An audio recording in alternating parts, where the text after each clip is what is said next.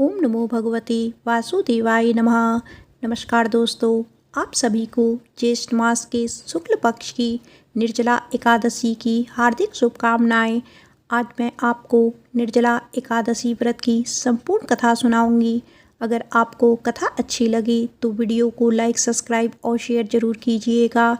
एकादशी के दिन भगवान श्री विष्णु और महालक्ष्मी जी के साथ ही एकादशी माता की पूजा भी की जाती है और कथा भी सुनी जाती है।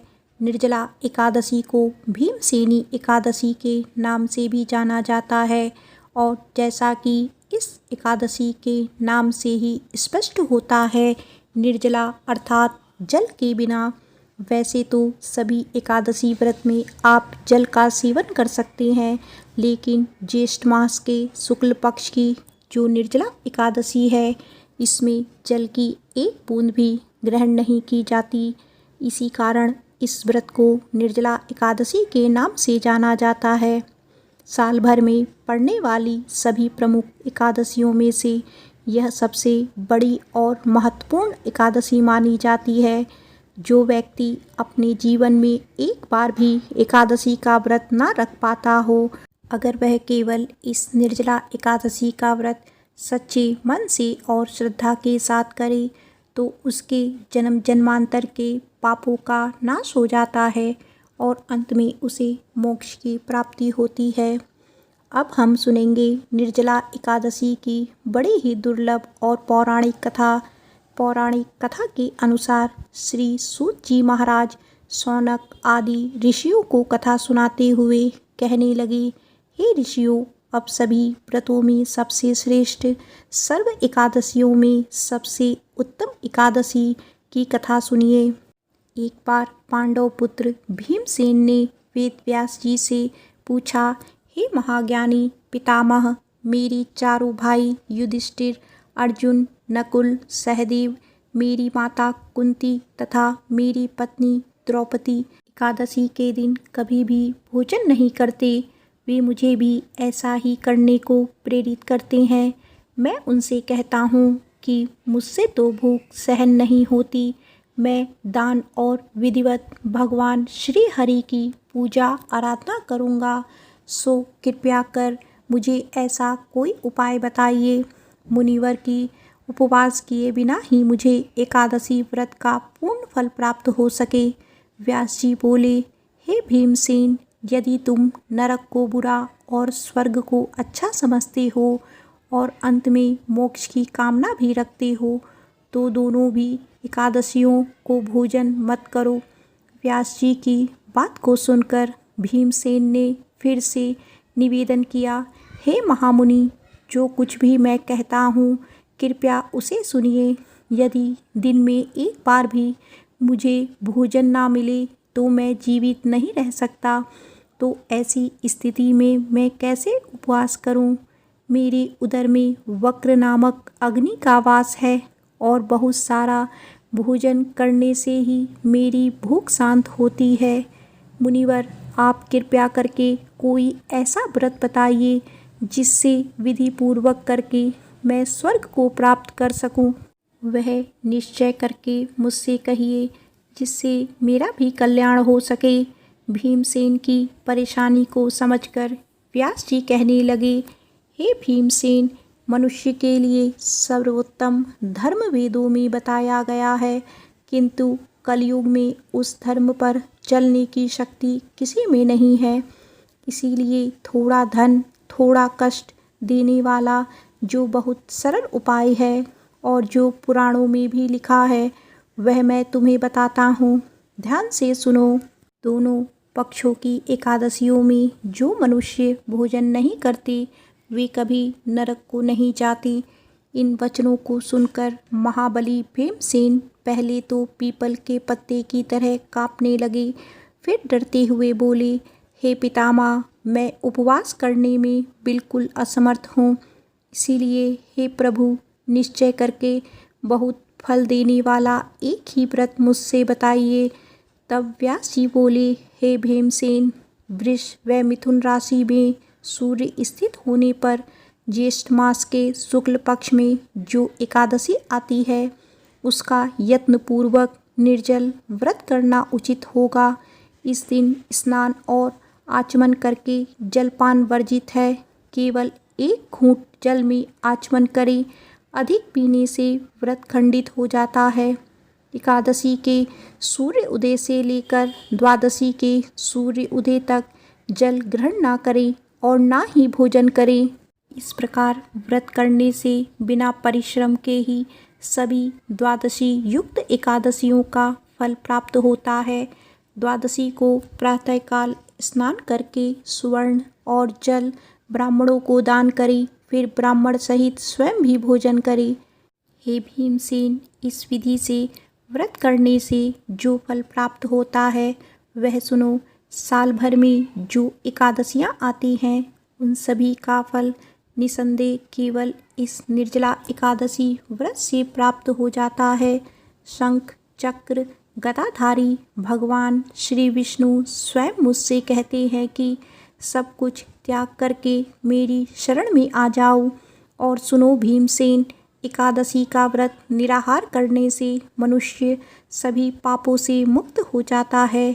सभी तीर्थों में स्नान और सभी प्रकार के दानों में जो फल प्राप्त होता है वह सब इस एकादशी व्रत से ही प्राप्त होता है। कलयुग में दान देने से भी ऐसी सद्गति नहीं मिलती। अधिक क्या कहूँ भीमसेन। ज्येष्ठ मास के शुक्ल पक्ष की इस एकादशी को जल और भोजन त्याग कर इस व्रत को करो। हे वक्रोति, इस व्रत से सभी पूर्ण फल सहज ही प्राप्त हो जाते हैं। हे नरसिंह भीम, मैं तुमसे सत्य कहता हूँ कि इसके करने से अति भयंकर काले पीले रंग वाले यमदूत, भय देने वाला दंड और फांसी सहित उस मनुष्य के पास कभी नहीं आते, बल्कि भगवान विष्णु के देवदूत उसे आकाश में स्वर्गलोक को ले जाते हैं। तब इस प्रकार वेद व्यास जी के कहने पर भीमसेन ने भी इस एकादशी का व्रत किया था, जिसके कारण इस एकादशी का नाम भीमसेनी एकादशी पड़ गया। निर्जला एकादशी के दिन निर्जल व्रत रखते हुए शेष सैया रूप में भगवान विष्णु की आराधना का विशेष महत्व माना गया है। इस दिन जलपान निषेध होता है, फिर भी इस व्रत पे फलाहार करने के बाद दूध पिया जा सकता है। जो लोग इस दिन निर्जल एकादशी व्रत रख सकते हैं, यह नियम केवल उन लोगों के लिए है। इस एकादशी का व्रत करने के बाद द्वादशी तिथि को शुभ मुहूर्त में उठकर स्नान कर ब्राह्मणों को भोजन कराना चाहिए और दान दक्षिणा देनी चाहिए।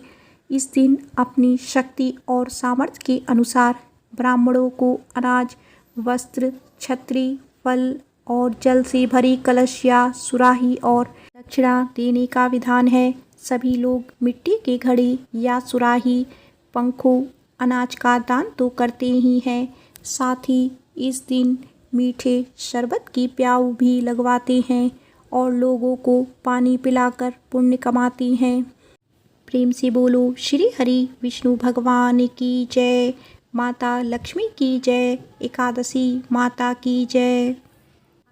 आइए अब सुनते हैं निर्जला एकादशी व्रत पर हमें किन चीज़ों का दान करना चाहिए, जिससे श्री हरि विष्णु की कृपा हम पर सदा बनी रहे। हिंदू धर्म में निर्जला एकादशी को बहुत ही महत्वपूर्ण माना जाता है। सभी एकादशियों में निर्जला एकादशी का व्रत अत्यधिक कठोर माना जाता है, क्योंकि इस दिन अन्न और जल ग्रहण नहीं किया जाता है। ज्येष्ठ माह के शुक्ल पक्ष की एकादशी को निर्जला एकादशी के नाम से जाना जाता है, लेकिन ऐसा माना जाता है कि सभी एकादशियों तिथियों में निर्जला एकादशी श्रेष्ठ होती है। इस दिन व्रत करने से सभी 24 एकादशी का व्रत रखने के समान फल मिलता है। इस दिन पानी पीना भी वर्जित होता है, लेकिन इस दिन प्यासे को पानी पिलाना परम दान माना जाता है। कुछ ऐसी भी चीज़ें हैं जिनका इस दिन दान करने से व्रत का दोगुना फल मिलता है। निर्जला एकादशी के दिन किन चीज़ों का दान करना शुभ रहता है, आज की इस वीडियो में हम जानेंगे। धार्मिक मान्यताओं के अनुसार निर्जला एकादशी के दिन फलों का दान करना चाहिए। यह बहुत शुभ होता है और इसके प्रभाव से जातक के सभी रुके हुए काम बनने लगते हैं। ज्येष्ठ माह में भीषण गर्मी पड़ने के कारण शरीर में पानी की कमी होना लाजमी होता है। ऐसे में इस माह में आम और खरबूजे का दान करना परम पुण्यदायी होता है। अगर आप ये दान निर्जला एकादशी के दिन करते हैं तो इसका बेहद फ़ायदा होता है। इस दिन पंखा दान करना भी शुभ माना जाता है। कहा जाता है कि इस दिन साधक निर्जला व्रत रखकर किसी को पानी पीने का घड़ा दान करता है तो शुभ फलों की प्राप्ति होती है। निर्जला एकादशी का व्रत जल के महत्व को दर्शाने वाला बताया गया है। यह व्रत ज्येष्ठ माह में पड़ने के कारण शीतला प्रदान करने वाली वस्तुओं का दान करना सबसे शुभ माना जाता है। मान्यता है कि इस महीने में तेज गर्मी पड़ती है और सूर्य अपनी पूर्ण गर्मी पर होता है। इसीलिए निर्जला एकादशी पर गर्मी से राहत दिलाने वाली वस्तुओं का दान करना सबसे शुभ माना जाता है। निर्जला एकादशी का व्रत ज्येष्ठ माह में रखा जाता है जो भीषण गर्मी के लिए माना जाता है। ऐसे में पंखा, खरबूजा, गुड़, बिस्तर और छाता दान कर सकते हैं। निर्जला एकादशी पर आप अनाज का दान कर सकते हैं। इससे भगवान विष्णु प्रसन्न होते हैं। इसके अलावा साधक के सुख सौभाग्य में वृद्धि भी होती है। जीवन में वस्त्र का दान सबसे बड़ा दान होता है। इसीलिए निर्जला एकादशी पर आप क्षमता अनुसार वस्त्रों का दान कर सकते हैं। यह भाग्य में वृद्धि और जीवन में सकारात्मक बदलाव लाता है। निर्जला एकादशी साल की सबसे बड़ी एकादशी है। इस दिन पानी ग्रहण करना मना होता है, परंतु इस तिथि पर जल दान करना अत्यंत ही शुभ माना गया है। आप इस दिन एक मिट्टी के साफ कलश में जल भरकर उसका दान करें।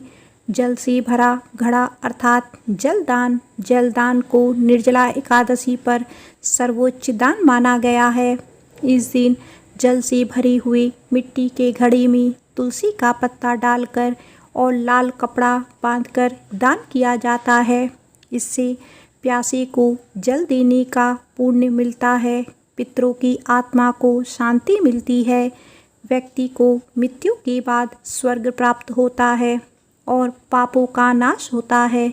वस्त्रदान अर्थात कपड़े का दान करना। इस दिन गरीबों, ब्राह्मणों या ज़रूरतमंदों को वस्त्र दान करना अत्यंत शुभ माना जाता है। विशेष रूप से सफ़ेद वस्त्र या गर्मियों के हल्के सूती कपड़े देना अच्छा रहता है। इस दिन वस्त्र दान करने से जीवन में सुख समृद्धि बढ़ती है और कष्टों से मुक्ति मिलती है। छाता, चप्पल और पंखे का दान। गर्मियों के मौसम में इन वस्तुओं की आवश्यकता अधिक होती है, इसीलिए इनका दान विशेष रूप से फलदायक होता है।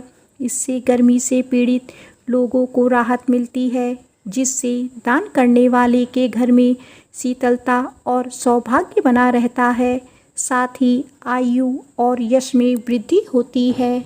अन्न और फल का दान। निर्जला एकादशी पर अन्न का दान बहुत पुण्यदायी माना जाता है। खासकर चना, गेहूँ, चावल, मूंग, फल और शुद्ध खाद्य पदार्थ ब्राह्मणों या ज़रूरतमंदों को दान करें। अन्न का दान करने से कभी धन धान्य की कमी नहीं होती, घर में कभी दरिद्रता नहीं आती। साथ ही साथ देवता और पितरों की कृपा प्राप्त होती है। घी, शक्कर और गुड़ का दान। यह वस्तुएं शरीर को ऊर्जा देती है और ख़ास तौर पर गर्मियों में बहुत उपयोगी होती है। इसका दान भी विशेष माना गया है। इससे जीवन में मिठास और ऊर्जा बनी रहती है, स्वास्थ्य अच्छा रहता है और देवताओं की कृपा प्राप्त होती है। तुलसी पौधा और बेलपत्र का दान। तुलसी और बेलपत्र का धार्मिक महत्व अत्यंत उच्च है।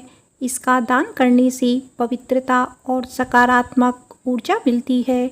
घर में शांति और समृद्धि आती है और ईश्वर की कृपा सदैव बनी रहती है तथा रोग शोक से मुक्ति मिलती है। चंदन, इत्र और सुगंधित वस्तुएं। इस दिन चंदन या सुगंधित द्रव्य दान करना भी उत्तम माना गया है। यह वस्तुएं देह पूजन में भी उपयोगी होती है। इसके दान से मन शांत और प्रसन्न रहता है, पवित्रता की अनुभूति होती है, साथ ही साथ मानसिक तनाव से भी मुक्ति मिलती है। पूजा सामग्री का दान। निर्जला एकादशी के दिन कपूर, अगरबत्ती, दीपक, रोली, हल्दी, कुमकुम आदि पूजा सामग्री भी दान की जाती है, विशेषकर उन लोगों को जिन्हें यह उपलब्ध नहीं है। इससे धर्म और भक्ति की भावना बढ़ती है और भगवान विष्णु प्रसन्न होते हैं तथा अगले जन्म में धर्मात्मा जीवन प्राप्त होता है। किताबी और धार्मिक ग्रंथ श्रीमद् भागवत गीता, विष्णु सहस्त्रनाम, रामचरितमानस आदि ग्रंथों का दान भी उत्तम होता है। इनके दान से ज्ञान और विवेक की वृद्धि होती है, घर में आध्यात्मिक वातावरण बनता है, शिक्षा और विद्या में सफलता मिलती है। शीतल पेय, शरबत, बेल का रस। निर्जला एकादशी पर शीतल पेड़ों का दान अत्यंत शुभ होता है। यह दान लोगों को गर्मी से राहत देता है, शरीर को ठंडक और पोषण दोनों प्रदान करता है। सड़क किनारे या मंदिरों के पास पेड़, जल सेवा केंद्र लगाएं और बेल का रस, गुलाब, शरबत आदि वितरित करें। दान पात्र और ताम्र पात्र। धार्मिक दृष्टिकोण से तांबे का पात्र दान करना अत्यंत पुण्यकारी होता है। यह आयुर्वेदिक रूप से भी लाभदायक है। इसका जल स्वास्थ्यवर्धक होता है। तांबे या पीतल के पात्र में जल भरकर तुलसी पत्ता डालकर दान करने से भगवान श्री हरि की कृपा प्राप्त होती है। गाय का चारा और गौ सेवा। गौ सेवा का विशेष महत्व बताया गया है। निर्जला एकादशी पर गौ सेवा करना सौभाग्यशाली माना जाता है। गौ माता को अन्न देने से समस्त देवताओं को तृप्ति होती है, जीवन में सुख शांति और समृद्धि आती है। हरा चारा, गुड़, चोकर या गाय के लिए लड्डू बनाकर गौशाला में दान करें। दान करते समय कई बातों का ध्यान रखना चाहिए। दान सच्चे मन और निस्वार्थ भाव से करें। पात्र व्यक्ति को ही दान करें, जैसे ब्राह्मण, साधु, संत, जरूरतमंद, विधवा, अनाथ या वृद्ध को। अपवित्र या उपयोग में न आने वाली वस्तुएं दान ना करें। ऐसा करने से पुण्य नहीं, दोष लगता है। दान का सर्वोत्तम समय सूर्य उदय से दोपहर तक का होता है। दान देने से पहले भगवान विष्णु की पूजा जरूर करें और दानकर्ता का नाम, गोत्र आदि बोलकर दें और दान प्राप्त करने वाले व्यक्ति की स्थिति देखें। तत्पश्चात जरूरतमंदों को प्राथमिकता दें। दान के साथ अपमान या अहंकार ना हो। दान देने से पहले वस्तु की शुद्धता और उपयोगिता पर ध्यान दें। संभव हो तो स्वयं जाकर दान दें और आशीर्वाद प्राप्त करें। आइए अब जानते हैं निर्जला एकादशी पर दान करने से हमें क्या लाभ मिलता है। समस्त एकादशियों का पुण्य प्राप्त होता है, पापों का नाश होता है और व्यक्ति मोक्ष प्राप्त करता है। शरीर स्वस्थ रहता है और मन शुद्ध रहता है। जीवन में सुख समृद्धि, धन वैभव और यश बढ़ता है। मृत्यु के उपरांत वैकुंठ की प्राप्ति होती है। विष्णु पुराण और महापुराण। महाभारत में उल्लेखित विष्णु पुराण और महाभारत के अनुसार भीमसेन ने श्री व्यास जी से कहने पर निर्जला एकादशी का व्रत किया था, क्योंकि उन्हें पूरे वर्ष की एकादशियों का पालन करना कठिन लगता था।